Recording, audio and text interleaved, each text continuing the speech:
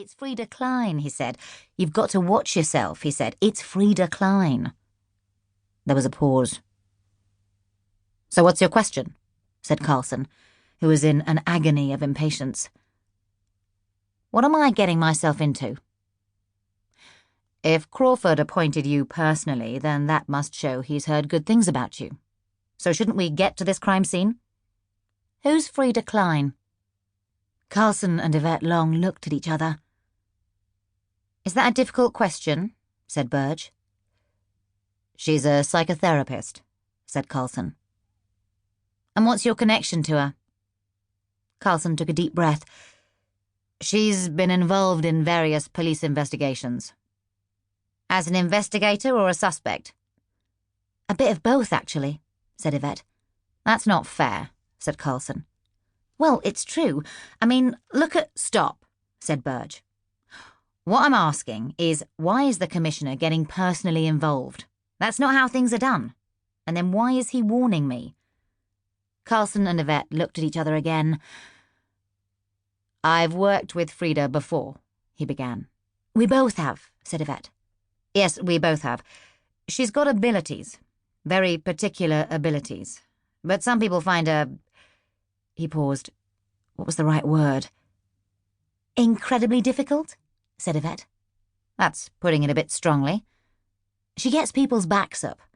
It's not her fault, said Carlson. Not entirely. Is that enough for you? Burge nodded at the driver, and the car moved forward. When did you last see her? She asked. Carlson glanced at his watch. About 3 hours ago. Burge looked round sharply. What?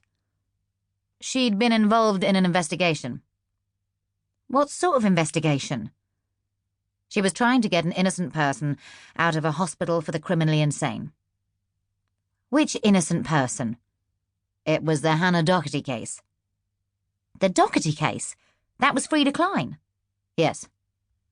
It didn't go well. No. There was silence for a moment. Carlson's mind was racing. There were so many questions to ask. This body, he said. Is it someone Frieda knows? Why do you ask? Said Burge. Do you suspect something? Nothing in particular. No more was said until the car turned away from the traffic of Euston Road, and then they saw a haze of flashing blue lights. As the car pulled to the curb, Burge twisted round once more. Are the two of you here to help her or to help me? Can't we do both? We'll see. At some point, maybe you can explain to me why you're employing a psychotherapist on criminal investigations. I'm not exactly employing her. Don't judge her by your first impression, said Yvette. Or your second impression, in fact. Burge shook her head in irritation, then opened her door and walked quickly forward. It took longer for Carlson to edge his way out of the car and raise himself onto his crutches. Yvette followed him. He could hear her breathing heavily. A crowd of people had already gathered on the pavement, held back by the tapes and by several uniformed police officers. So it was true. All at once, he felt himself growing calm and detached. This was his world. He steadied himself on his crutches and swung rapidly towards the scene. There were flashes of light. The media had already arrived. How did they know? One of them had climbed up onto a wall and was crouched with his camera at the ready. A young officer was controlling access behind the perimeter. Burge moved quickly past him, flashing her ID. Carlson felt like an old, sick man fumbling for his own ID while leaning on one of his crutches. The man took it and began laboriously copying Carlson's name into his logbook. Why didn't you stop her? He said, pointing at Burge. She's in charge, the man said. We were expecting her.